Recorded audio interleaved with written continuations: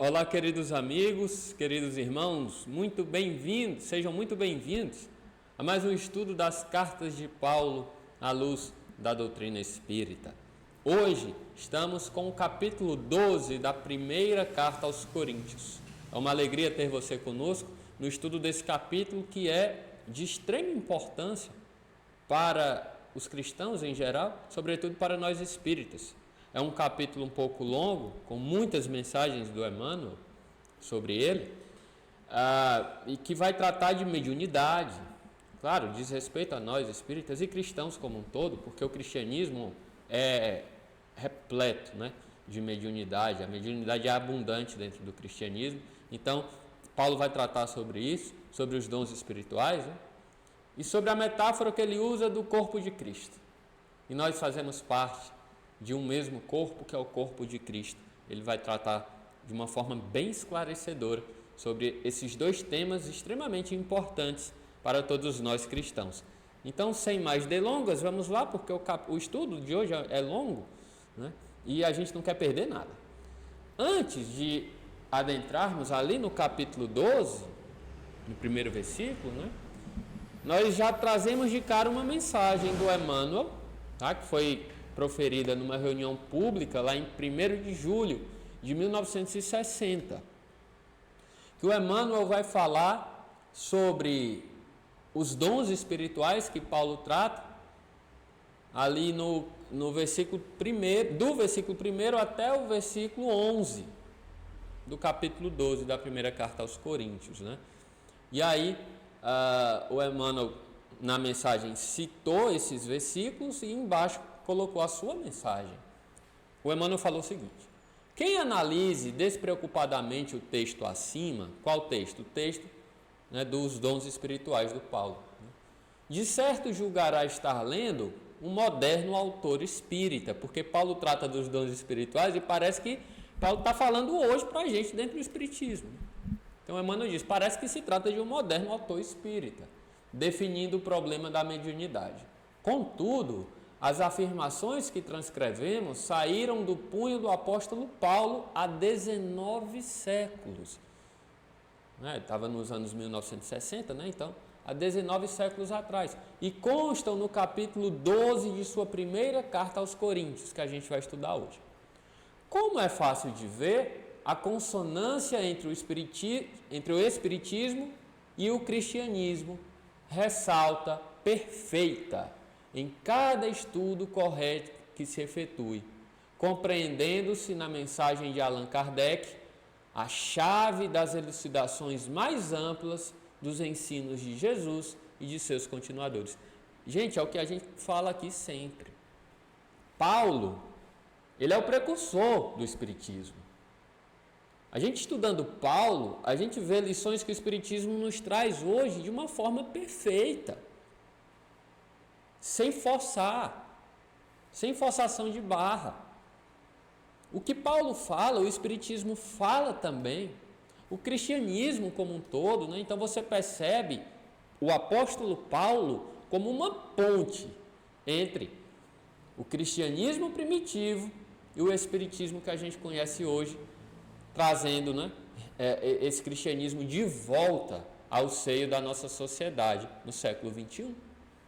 Então, uma ponte, o apóstolo Paulo é uma ponte. Fica muito claro isso. E aí o Emmanuel vai continuar dizendo: cada médium é mobilizado na obra do bem, conforme as possibilidades de que se dispõe. Esse orienta, outro esclarece. Esse fala, outro escreve. Esse ora, outro alivia. Em mediunidade, portanto, não te des a preocupação de admirar ou provocar admiração. Procuremos, acima de tudo, em favor de nós mesmos, o privilégio de aprender e o lugar de servir. Nós vamos entender por que o Emmanuel escreveu isso. Porque Paulo, a partir de agora, vai tratar dos dons espirituais e dizer que cada um tem o seu e por um motivo. E que ninguém deve se vangloriar por isso. Porque isso tudo, em verdade, pertence a Deus. Então, nós devemos agradecer o privilégio de aprender né, e a graça de servir. Vamos lá. Os dons espirituais que Paulo fala, que são tão discutidos no cristianismo como um todo, mas o Espiritismo traz, mas com uma clareza que assim não deixa dúvidas sobre o que o apóstolo Paulo quis nos mostrar. Então, palavras de Paulo. Quanto aos dons espirituais, não quero que os ignoreis, irmãos. Paulo está falando de mediunidade, tá? Como a gente falou no início, não tem como a gente conceber cristianismo sem mediunidade. Porque a todo momento existe um contato com o plano espiritual. Existe um contato dos anjos com a terra.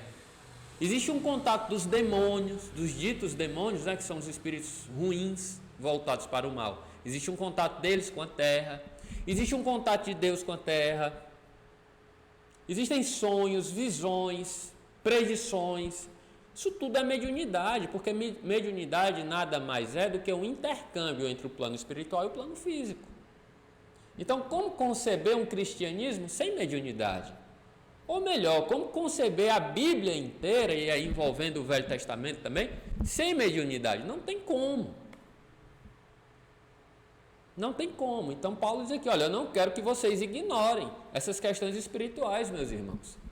Sabeis que quando éreis gentios, concorríeis aos ídolos do mundo, conforme éreis levados. Portanto, vos faço saber que ninguém, falando pelo Espírito de Deus, diz anátema a Jesus. E ninguém pode dizer Senhor Jesus, senão pelo Espírito Santo. Resumo da ópera. Paulo disse assim, olha, quando vocês eram gentios, fora, né, dos conhecimentos da lei, do amor e da justiça que traz a Bíblia, as Escrituras, né? Vocês eram levados a adorar ídolos mudos. Presta atenção nisso. Estátuas de pedra, ídolos mudos, que não se comunicavam com vocês, que não intervinham na vida de vocês. Eram ídolos de pedra. Mas agora não. Agora a gente adora um Jesus e um Deus que estão presentes, vivos. Jesus está vivo. Isso Paulo fala com muita propriedade, porque o próprio Cristo apareceu para Paulo ali, a caminho de Damasco. Então a gente não está falando de uma escultura de pedra apenas. A gente não está falando de um ídolo morto. A gente está falando de um Jesus vivo. Tá? Atuante. Que aparece, que conversa, que fala ao coração.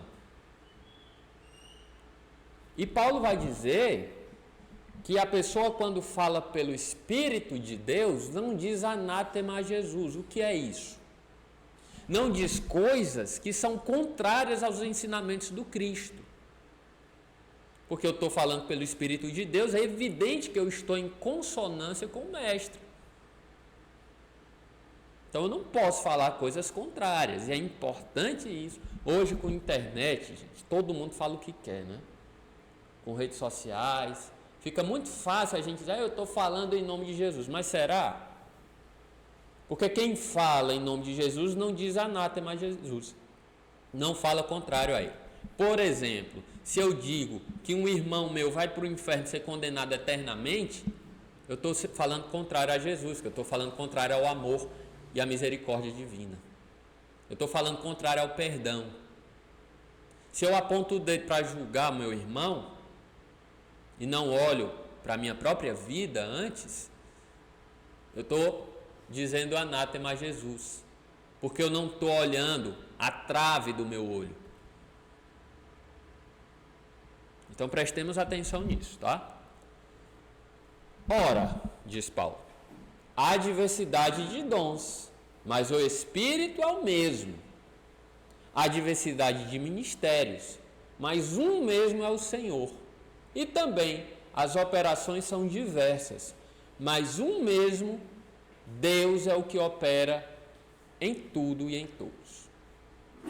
Espera aí. Primeiro ponto, tem 2 versículos sublinhados, é porque tem mensagem no Emmanuel nos próximos slides. Grava isso. Segundo ponto. Ora, há diversidade de dons, mas o Espírito é o mesmo. Que Espírito é esse? É o Espírito de Deus. Por quê? Porque se eu tenho vários dons, apesar de serem diferentes, todos esses dons estão a serviço de um mesmo Senhor.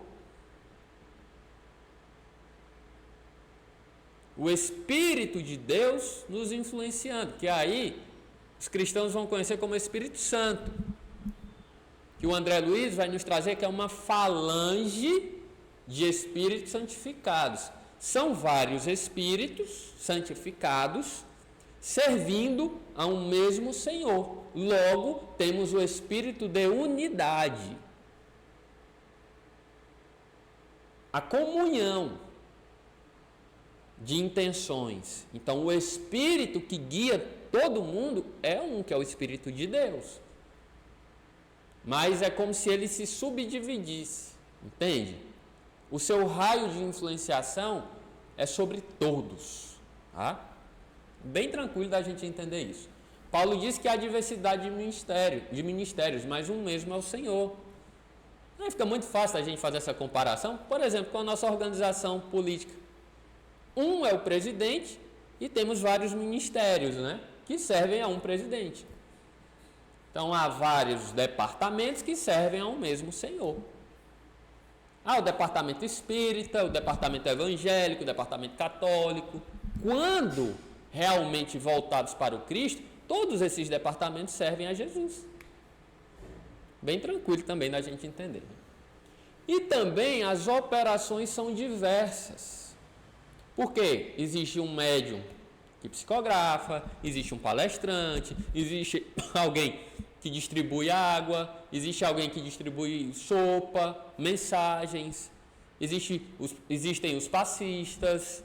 Então são várias operações, mas servindo a um mesmo Deus. Olha que interessante a palavrinha que o Paulo coloca. Mas o mesmo Deus é o que opera em tudo e em todos. Não quem opera, mas o que opera. E aí o Allan Kardec, na primeira pergunta do Livro dos Espíritos, o que é Deus, não quem é Deus. Vamos em frente. Mensagem referente ao versículo 4. Que há diversidade de dons, mas o Espírito é o mesmo. E aí temos lá no Fonte Viva, capítulo 4 também. Cada qual é o título da mensagem. O Emmanuel vai dizer: em todos os lugares e posições, cada qual pode revelar qualidades divinas para a edificação de quantos com ele convivem. Os dons diferem. A inteligência se caracteriza por diversos graus. O merecimento apresenta valores múltiplos. A capacidade é fruto do esforço de cada um. Mas o Espírito Divino que sustenta as criaturas é substancialmente o mesmo. Existem vários níveis de inteligência, de capacidade. Ora, Paulo falava com uma clareza e com uma inteligência divina. Eu falo com uma clareza e uma inteligência bem menor. No entanto, a influenciação é a mesma, a influenciação divina. Cada um recebe de acordo com a sua capacidade de recepção. Aí entra o esforço de cada um, né? Todos somos suscetíveis de realizar muito na esfera de trabalho em que nos encontramos. Repara a posição em que te situas e atende aos imperativos do infinito bem. Coloca a vontade divina acima de teus desejos e a vontade divina te aproveitará. Então, gente, o influenciador é o mesmo, que é Jesus Cristo, nosso Senhor, tá? E Deus Pai, como cabeça de tudo. Porém, a capacidade de recepção é nossa. Então, quanto mais eu me dedicar para cada vez mais eu receber os dons divinos, mais os dons divinos vão abundar em minha vida. E aí vai depender de mim. E para isso é imprescindível que a gente coloque a vontade divina acima da nossa própria vontade, tá? Cada qual. E a segunda mensagem é referente ao versículo 6, que as operações são diversas, mas é um mesmo Deus que opera em tudo. Temos lá a mensagem de diversidade, no livro Vinha de Luz, capítulo 96, em que o Emmanuel vai nos dizer: sem luz espiritual no caminho, reduz-se a experiência humana a compilado acervo de acontecimentos sem sentido. Obrigado, Eduardo. Acervo de acontecimentos humanos sem sentido. Então, se eu não tenho a luz espiritual no meu caminho, eu vou achar que as coisas não têm sentido. Ah, mas por quê que Deus permite que aconteça isso, que aconteça aquilo? Por que que aquilo aconteceu comigo? Não vou ter esperança no futuro. Eu vou me complicar todo se eu não trago essa luz espiritual para o meu caminho aqui na Terra.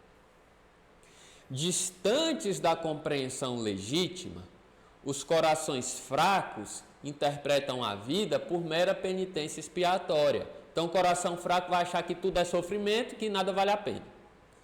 Enquanto os cérebros fortes observam a luta planetária, desordenada aventura. Então, a pessoa que é fraca de coração vai achar que tudo é sofrimento, que nada vale a pena. E a pessoa que tem um pensamento forte, um cérebro forte, mas sem a luz espiritual, vai achar que tudo é por acaso. O Emmanuel colocou o exemplo aqui, né? Que, olha, por exemplo, nos movimentos dos astros, na harmonia do universo, a pessoa vai ver um acaso, onde na verdade não existe, porque tudo é ordem divina. A peregrinação terrena, todavia, é curso preparatório para a vida mais completa. A gente está fazendo aqui uma preparação, tá? Para uma vida maior, uma vida mais completa. Como se fosse um pré-vestibular, para a gente entrar numa faculdade. Cada espírito exercita-se no campo que lhe é próprio, dilatando a celeste herança de que é portador. Então, cada um de nós, nós temos o nosso campo de trabalho.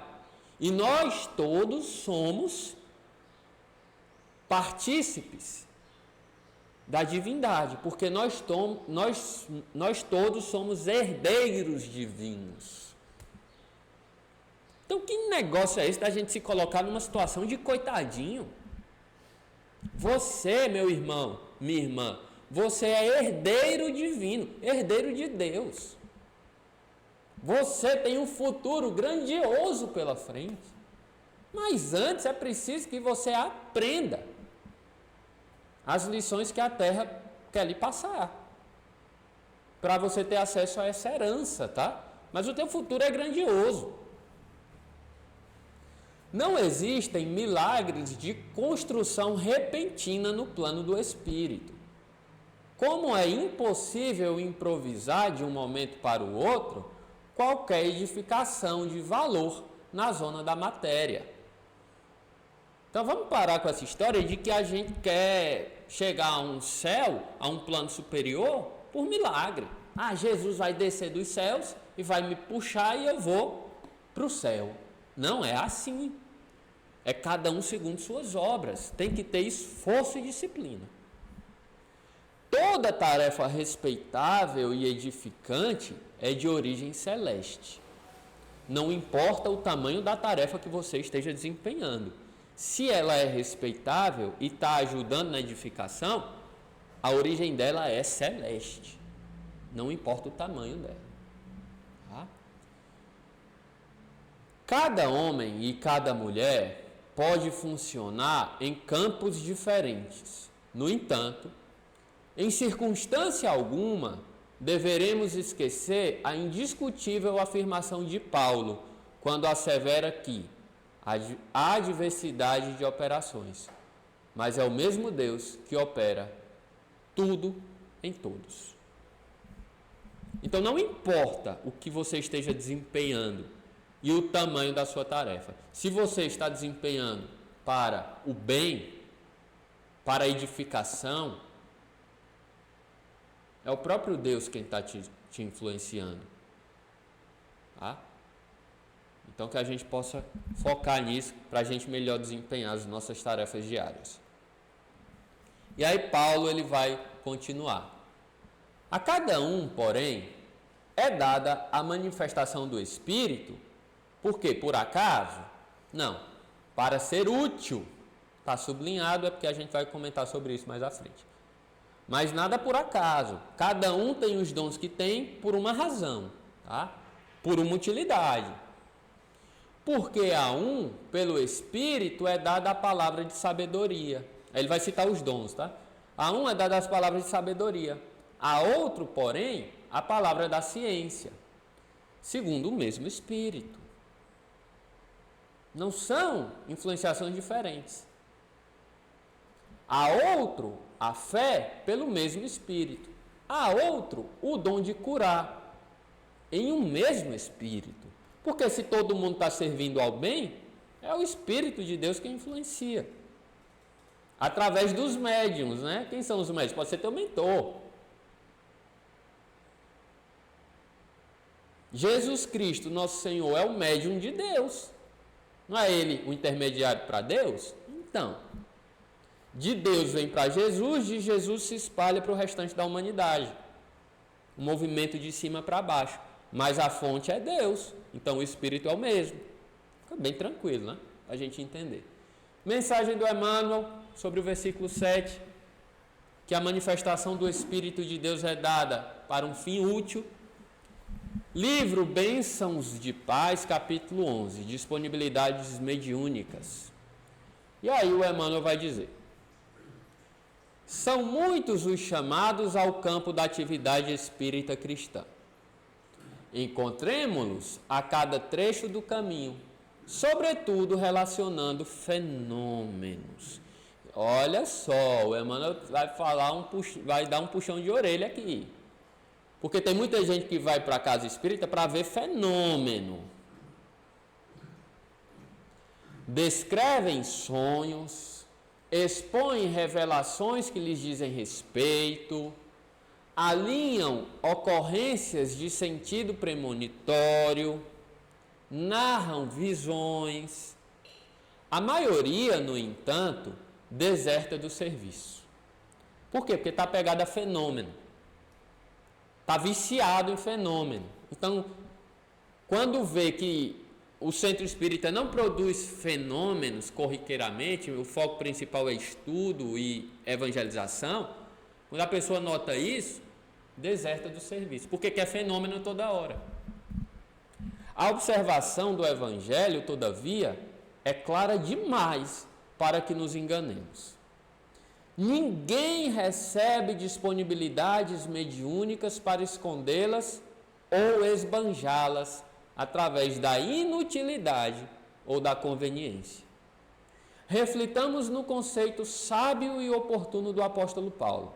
A manifestação do Espírito é concedida a cada um visando um fim proveitoso. Ponto. Ponto. Então, que história é essa da gente estar numa sede enorme atrás de fenômeno? Se for para você ver fenômeno, você vai ver. Se for para você ir para a mediúnica, você vai se capacitar para isso e você vai. Faz parte também das atividades de uma casa espírita. Faz parte. Mas não é só isso. Temos diversas outras atividades que não estão ligadas pura e simplesmente a fenômenos, mas a consolação, a instrução, ao acolhimento, sabe?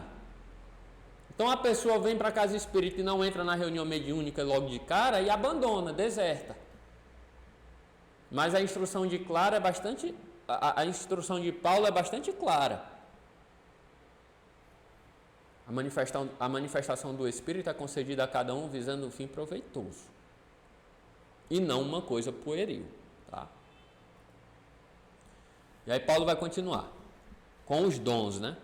E a outro é dada a operação de prodígios, a outro é dado o dom da profecia, a outro o discernimento dos espíritos, a outro a diversidade de línguas, a outro a interpretação das pregações. Gente, Tudo isso aqui a gente conhece muito claramente no Espiritismo. Lê o livro dos médiuns, Kardec vai colocar lá os tipos de mediunidade existentes. Tudo aí, ó. Está tudo aí na diversidade de dons que Paulo coloca. Então nós temos Paulo como legítimo precursor do Espiritismo. Mas tudo isto é obra de um mesmo Espírito, repartindo seus dons a cada um, segundo a sua vontade, né? Como nós colocamos a escadinha, né? A influenciação de cima para baixo. Parte de Deus, chega até Jesus e Jesus distribui para a humanidade. Mas a fonte é Deus, é o mesmo Espírito. Tá? Espírito, na falta de uma palavra melhor, né? Porque nós sabemos que Deus vai além disso.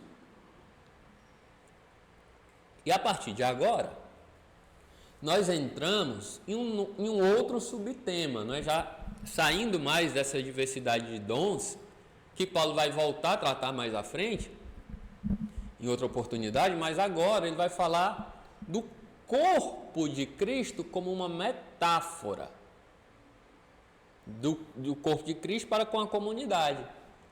Ele utiliza-se dessa metáfora do corpo, eu repito, metáfora do corpo, para mostrar que nós estamos em Cristo e Cristo em nós. Vamos ler? Vamos lá.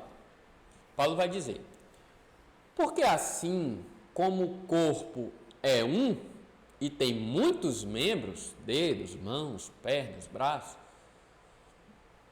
e todos os membros do corpo, ainda que sejam muitos, são contudo um só corpo, assim também é o Cristo. Porque no mesmo Espírito fomos batizados todos nós, para sermos um mesmo corpo, ou sejamos judeus, ou gentios, ou servos, ou livres, e todos temos bebido no mesmo Espírito, porque também o corpo não constitui-se de um só membro, mas de muitos. Bem tranquilo também para a gente entender essa metáfora, né? Temos uma diversidade de povos, até mesmo de crenças, mas todos fazemos parte de um só corpo, que é o corpo de Cristo. Tá? E aí, passando o slide, Paulo continua: se disser o pé, como uma metáfora, o pé dizendo, porque não sou mão, não sou corpo, acaso ele deixa de ser parte do corpo? Porque é pé, porque não é mão? E se a orelha disser, uma vez que eu não sou olho, não sou corpo, porventura deixa ela de ser do corpo, por ser orelha e não ser olho? Ora, se o corpo todo fosse olho, onde estaria o ouvido? E se fosse todo o corpo ouvido, onde estaria o olfato? Então, Paulo faz uma referência ao corpo de Cristo como uma metáfora, ainda se referindo também aos dons. É necessário que haja essa diversidade de dons. Aí eu quero que todo mundo seja igual a mim. Não, não dá. A influenciação do Cristo precisa ser em todos os setores. Paulo disse, né? Seja judeu, seja gentio, seja escravo, seja liberto. Mas a influenciação do Cristo precisa estar em todos os setores da sociedade. Como o meu corpo precisa ter mãos, pés, braços, orelhas, nariz, olhos. Porque tudo vai ter uma utilidade. E todos os membros fazem parte de um mesmo corpo. Mensagem do Emmanuel referente ao versículo 17. Se tudo fosse olho, onde estaria o ouvido? Se tudo fosse ouvido, onde estaria o olfato? Lá no livro Bênçãos de Paz, capítulo 7, mensagem em encargos pequeninos. O Emmanuel disse: se não acreditas no valor dos instrumentos e encargos diminutos, pequeninos, pensa num carro sem rodas, pensa num piano sem teclas. Não adiantaria de nada. Somente aquele que se dispõe a fazer as coisas pequeninas, que sabe e pode, virá a saber e a poder realizar grandes coisas. Então a gente não começa do alto, a gente não começa de cima. A gente pode dizer: eu quero ver espíritos, eu quero falar para um público muito grande. Começa fazendo o teu estudo dentro do teu quarto. Começa tentando desenvolver a tua mediunidade através do estudo, da oração. Isso, gente, é anônimo, tá? As maiores vitórias do nosso espírito são anônimas. Ninguém vê. É no perdão de uma ofensa, é num silêncio oportuno. Não tem testemunha a não ser Deus e Jesus. Ninguém está vendo no telão. São as maiores vitórias. E aí sim, depois você vai adquirindo dons que você vai poder espalhar de uma forma maior para os irmãos, tá? Então a gente começa nas coisas pequeninas, que são de extrema importância. Porque você não edifica um prédio alto sem a base, tá? Qualquer subida exige passos e degraus. Assim também nas ascensões do Espírito a que se refere o Evangelho do Senhor. Chegarás futuramente às culminâncias do serviço e da luz, na esfera de ação direta do Cristo de Deus. Mas, para isso, é imprescindível que faças agora tão bem quanto te seja possível todo o bem que és capaz de fazer. Então vamos parar com essa história da gente ficar, eu vou começar quando eu tiver um público de 1000 pessoas. Não. É imprescindível que a gente faça o melhor que a gente possa agora. Senão, essa culminância do serviço e da luz nunca vai chegar. Se a gente não começar a se esforçar no pouco. Porque a gente precisa honrar o Pai no pouco, para depois a gente honrar no muito. Porque quem não honra no pouco, não honra no muito. Tá? Aí Paulo vai continuar. Mas Deus, porém, pôs os membros no corpo, cada um deles assim como quis. Se todos, porém, fossem um só membro, onde estaria o corpo? Não existiria corpo. Mas a verdade é que são muitos os membros e um só corpo. Trocadilho de palavras aí de Paulo para dizer que há uma diversidade, mas que todos servimos ao mesmo Senhor. Sublinhado o versículo 19, mais uma vez, livro Bênção de Paz, capítulo 10, em equipe. São muitos os membros, né? E um só corpo, porque há um trabalho em equipe. O Emmanuel vai dizer: nunca será demais repetir que todos, encarnados e desencarnados, atendendo aos interesses da própria evolução na obra da doutrina espírita, funcionamos em equipe, visando a um fim, que é a consolidação do bem geral. Esse é o final, é o objetivo. O objetivo não é ganhar fama através do espiritismo, não é ganhar seguidor, não é ser notado pelas pessoas. Muito pelo contrário, quando você puder se diminuir, se diminua. O objetivo final é a consolidação do bem geral, do bem da comunidade, não é do meu próprio bem apenas, é sobretudo do bem geral. Esse é o objetivo da doutrina espírita. Esse é o objetivo, por exemplo, dos trabalhadores da última hora. Tá? É o bem geral. Cada tarefeiro é situado no lugar certo para a cooperação exata. Será que eu estou no lugar certo? Se você está servindo ao Senhor de todo o seu coração, você está no lugar certo. Não se preocupe. Você não está só, você não está abandonado, você está sendo direcionado, você está no lugar certo, na cooperação exata. Este retém a palavra vibrante. Aquele conserva com mais segurança o senso de direção. Outro escreve de modo convincente. Outro ainda, com mais propriedade, fornece a energia curadora. Há quem se responsabilize pela escola, pelo conforto moral, pela assistência aos necessitados, pela enfermagem da alma.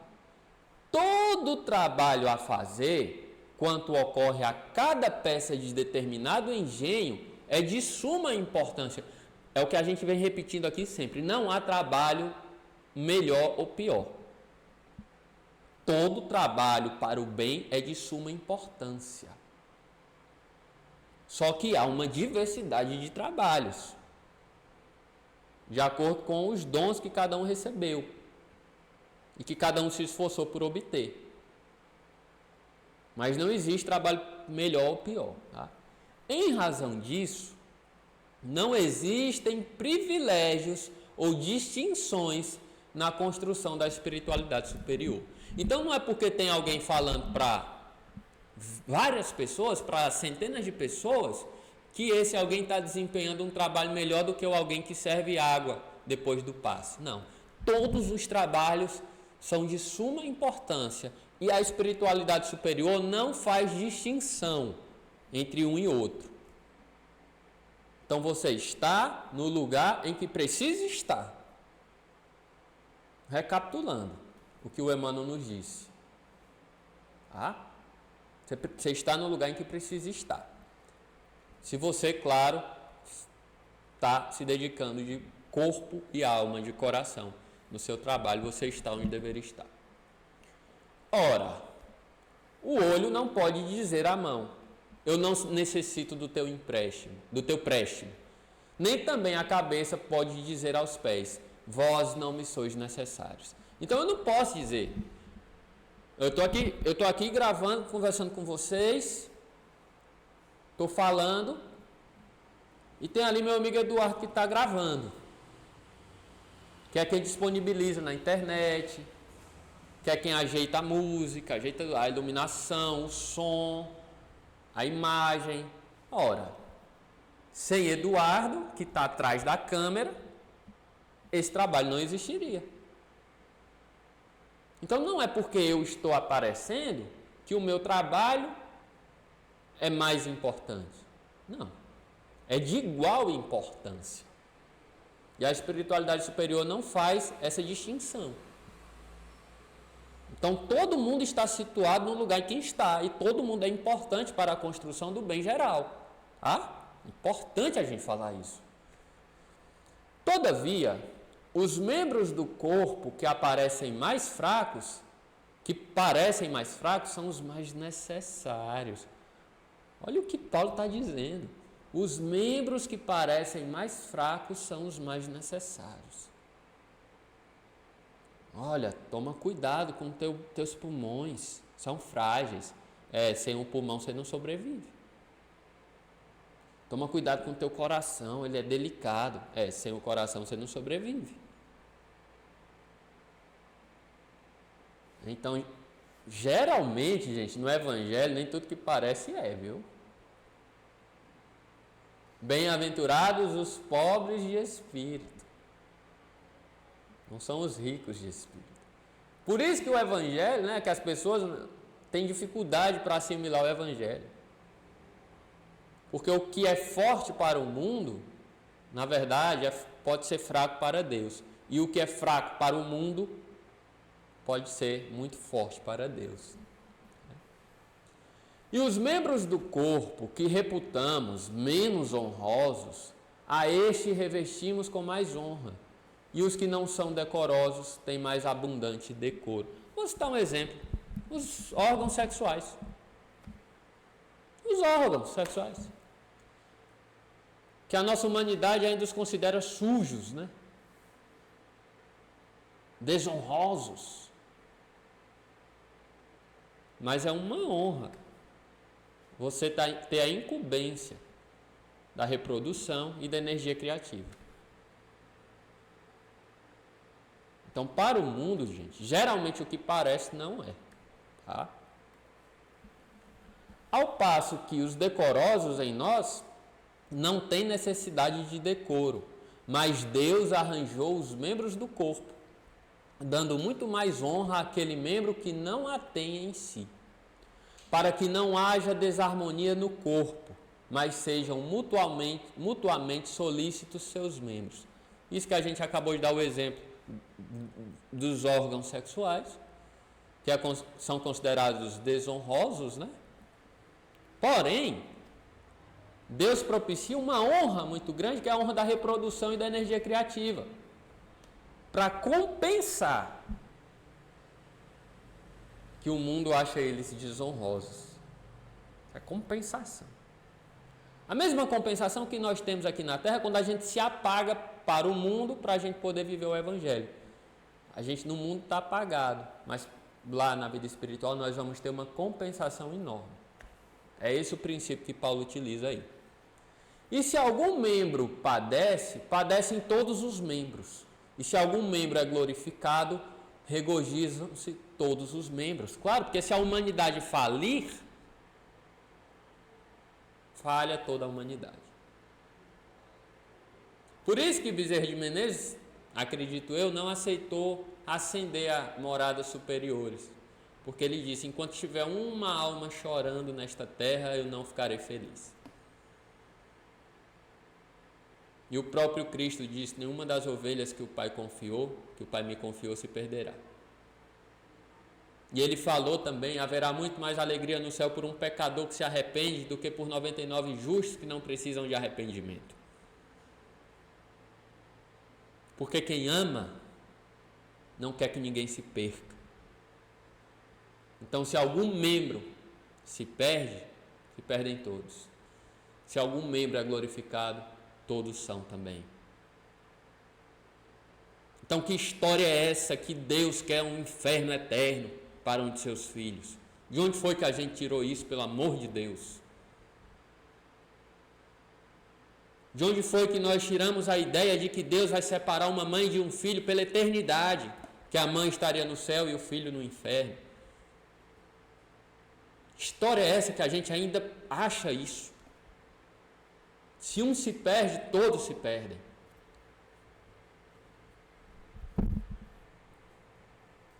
Dica de leitura, O Céu e o Inferno, Allan Kardec. Ora, vós outros sois corpo do Cristo e individualmente seus membros. Está sublinhado, tem mais uma mensagem sobre isso.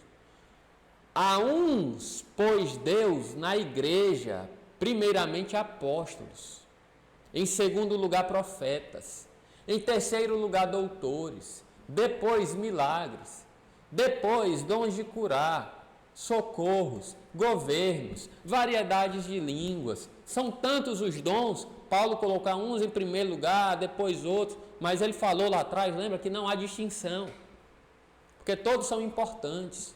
Tá? São todos apóstolos? Não. São todos profetas? Não. São todos doutores? Não. Cada um com o seu dom. E cada um é importante. Todos são importantes, tá? Mensagem do Emmanuel. Vós sois corpo de Cristo, individualmente seus membros, no livro Palavras de Vida Eterna. Palavras de Vida Eterna. Dica de leitura, excelente obra. Todas são, né? Mas essa me toca muito profundamente. Capítulo 157, na construção do mestre. O Emmanuel vai dizer, olha, na construção do mestre, cada um tem o seu papel na construção. O Emmanuel vai dizer, o Evangelho não nos convida à confiança preguiçosa nos poderes do Cristo, qual se estivéssemos assalariados para funcionar em claques de adoração vazia. Então, o Evangelho não é a gente ficar adorando sem fazer nada. A adoração faz parte, que é a primeira lei das 10 leis morais, é a primeira. Mas a segunda lei já é a lei de trabalho. Então, vamos tirar da cabeça que a gente deve ficar adorando ao Senhor sem fazer nada. O Emmanuel vai dizer aqui que é adoração vazia. O apóstolo Paulo faz-nos sentir toda a extensão da responsabilidade que nos compete à frente da boa nova, à frente do Evangelho. Cada cristão é parte viva do corpo de princípios do Mestre, com serviço em particular. Não te iludas assim, fixando-te exclusivamente em afirmações labiais de fé no Senhor, sem adesão do próprio esforço ao trabalho edificante que nos foi reservado. Então eu não posso dizer que eu sou cristão se dentro do meu lar eu não me esforço para construir um lar saudável, um lar em que o cristianismo reina e é atuante. Eu não posso dizer que eu sou cristão se no meu trabalho material eu saio falando mal de todo mundo, eu saio fazendo fofoca, eu trato as pessoas mal. Eu não posso dizer que eu sou cristão. Não posso dizer. O Emmanuel vai chamar isso de adoração vazia. Tá? Alguém provavelmente dirá que isso seria atrevida superestimação de nós próprios. O que é isso? Ele diz assim: mas eu não posso fazer o que Jesus fez. Quantas vezes nós não já ouvimos isso? Tá, tudo bem, a gente não pode fazer tudo em plenitude ainda, mas a gente deve se esforçar, senão Jesus não teria vindo. Para que Jesus veio, gente? Para morrer na cruz. Pelo amor de Deus. Você acha que Jesus teve o trabalho de descer aqui para a terra para morrer na cruz e a gente não fazer mais nada? Não, né, gente? Quando a gente ouve assim, na linguagem do próprio Paulo, a cruz do Cristo nos salvou, o sangue de Jesus nos salvou, não é que a gente não deve fazer nada, não. É porque ele mostrou que nós devemos percorrer o mesmo caminho. Toma a tua cruz e me siga. Não foi isso que Jesus falou? Aquele que quiser vir após mim, tome a tua cruz e me siga. Ele veio para mostrar que é possível. O sangue do Cristo nos salvou. É o sangue que nós vamos derramar também. O sangue que desceu na cruz. Jesus mostrando o caminho que nós devemos percorrer. Tome a tua cruz e me siga, foi o que o mestre disse. Aí vem alguém e diz assim: mas eu não... Isso você está dizendo que eu devo fazer isso, mas foi Jesus quem fez, eu não consigo. Pelo menos se esforça. Poxa, Gonçalo, pelo menos se esforce. Porque o próprio mestre disse: olha, quando você acreditar em mim, e acreditar não é só de crença, é de cumprimento dos nossos deveres. Então, quando você acreditar em mim, você poderá fazer o que eu faço e muito mais. Está na Bíblia, em João 14. Você poderá fazer o que eu faço e muito mais. Então, se Jesus disse isso, não brigue comigo. Vá discutir com o mestre. Tá? Então, vamos parar com isso, da gente dizer que eu não consigo. Consegue. É fácil? Não. Exige esforço? Exige. Porque tudo que vale a pena tem que ter esforço. Entretanto, diz o Emmanuel, apesar de nossas evidentes imperfeições, é forçoso começar a viver no Senhor, para que o Senhor viva onde nos cabe viver. Então, como que eu quero ter uma comunhão com Jesus Cristo, nosso Senhor, se eu não começar a tentar viver com Ele? Para lá na frente eu poder dizer o que Paulo disse: já não sou mais eu quem vivo, mas é o Cristo quem vive em mim. Paulo teve que começar. Ninguém começa sem dar os primeiros passos. Tá? E aí, finalizando, Paulo diz: fazem todos prodígios? Continua a comparação entre os dons, né? Fazem todos prodígios? Não. Tem todos a graça de curar doenças? Não. Falam todos muitas línguas? Não.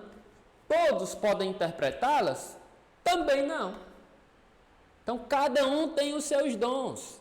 Cada um tem os seus dons. Só que Paulo, ele finaliza lá no versículo 31 de uma maneira linda. Ele diz assim, você tem os seus dons? Tem. Mas desejai ardentemente os dons que são maiores. E ainda o mais excelente caminho vos demonstrarei. Então você tem os seus dons? Tem. Mas não é para você se acomodar com eles. Porque você pode e vai adquirir outros dons maiores ainda. Porque a nossa caminhada é para cima. Jesus é um Cristo planetário. Jesus tem todos esses dons, mas ele, em sua caminhada evolutiva em outras moradas, há bilhões e bilhões de anos atrás, Jesus teve que começar. Porque não existe privilégio na criação divina, seres privilegiados, melhor dizendo, na criação divina. Jesus não foi criado puro, ele teve que começar, ele foi criado simples e ignorante, como toda criatura de Deus. E se chegou onde está hoje, um espírito puro e crístico, um demiurgo, um ungido, porque ele fez por merecer. Mas ele teve que começar. E hoje é o que é o nosso Senhor e Salvador. No entanto, não está sublinhado, mas tem uma mensagem, não é? Do 31. Obrigado, Eduardo. O Eduardo sublinhou aí, tem uma mensagem do 31. E Jesus, ele teve que evoluir e adquirir os dons passo a passo, da mesma maneira que nós estamos tentando adquirir. Então eu não devo me acomodar com o dom que eu tenho. Eu devo desejar ardentemente outros dons que são maiores, porque a caminhada é para cima. E se eu desejo, se eu me esforço, se eu faço por onde, certamente Deus vai me conceder esses outros dons, se forem úteis, tá? Mensagem aí do versículo 31, última mensagem do capítulo, livro Fonte Viva, capítulo 54. Procuremos com zelo. E o Emmanuel vai nos dizer: a ideia de que ninguém deve procurar aprender e melhorar-se para ser mais útil à revelação divina é muito mais uma tentativa de consagração à ociosidade que um ensaio à humildade incipiente. O que ele está dizendo? Foi Jesus. Isso foi Jesus. Eu não consigo. Negócio de perdoar 70 vezes 7 é Jesus quem perdoa. Eu não consigo, eu não sou Jesus. Então o Emmanuel está dizendo que essa visão é muito mais uma consagração à ociosidade do que humildade. Isso não é humildade. É preguiça de tentar perdoar. É má vontade. Então Emmanuel nos diz que nós devemos sempre tentar aprender e melhorar-se cada vez mais. É o que eu chamo da síndrome da Gabriela, né? Essa ociosidade. A Gabriela do Jorge Amado, do livro. Eu nasci assim, eu cresci assim, eu vou ser sempre assim, Gabriela, né? Não é por aí. A gente está aqui na Terra para aprender, é para crescer, não é para a gente se acomodar. Ninguém interrompa o serviço abençoado de sua educação, a pretexto de cooperar com o céu, porque o progresso é um comboio de rodas infatigáveis que relega para trás os que se rebelam contra os imperativos da frente.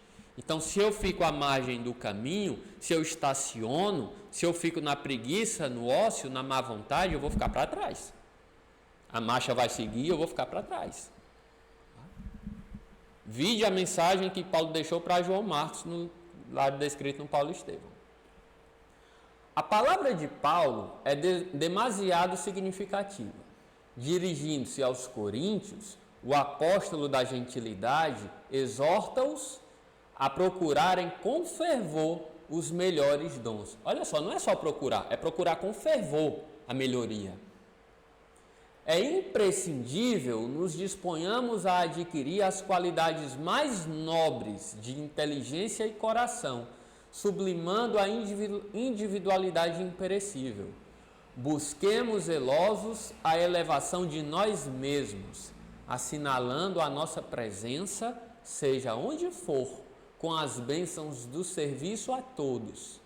E tão logo estejamos integrados no esforço divino, dentro da ação pessoal e incessante no bem, o alto nos descortinará mais iluminados caminhos para a ascensão.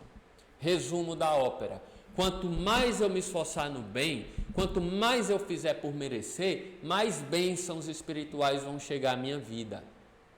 Mais o alto vai descortinar para mim luz para o meu caminho, para a minha redenção. Então, por isso que Jesus disse: aquele que se tem, mais vai se dar. E aquele que não tem, até o que tem lhe será tirado. Isso aqui. Quanto mais eu me esforçar para ter, mais eu vou ter. Quanto menos eu me esforçar para ter, menos eu vou ter. Ter o quê, Gonçalo? Bem material? Não, não é isso que a gente está falando. Estamos falando de bens espirituais. Os que valem a pena. Tá? É isso. Gente, finalizando. A frase de referência, né, da nossa finalização está lá no versículo 3. Portanto, vos faço saber que ninguém, falando pelo Espírito de Deus, diz anátema a Jesus. Então, se eu falo pelo Espírito de Deus, eu falo em consonância com o Mestre. Não falo o que é contrário a Jesus. Tá bom? Muito obrigado pela sua companhia. Nos vemos no próximo capítulo, capítulo 13 da primeira carta de Paulo aos Coríntios. Vou dar uma dica, viu? Para você não perder. Você esperar aí na ansiedade do bem. Ainda que eu falasse a língua dos anjos, dos homens dos anjos, se eu não tivesse amor, eu seria como um metal que ressoa, como um sino que badala. Capítulo 13, no próximo estudo. Um grande abraço, fiquem em paz. Que nosso Senhor Jesus Cristo te abençoe. Tchau.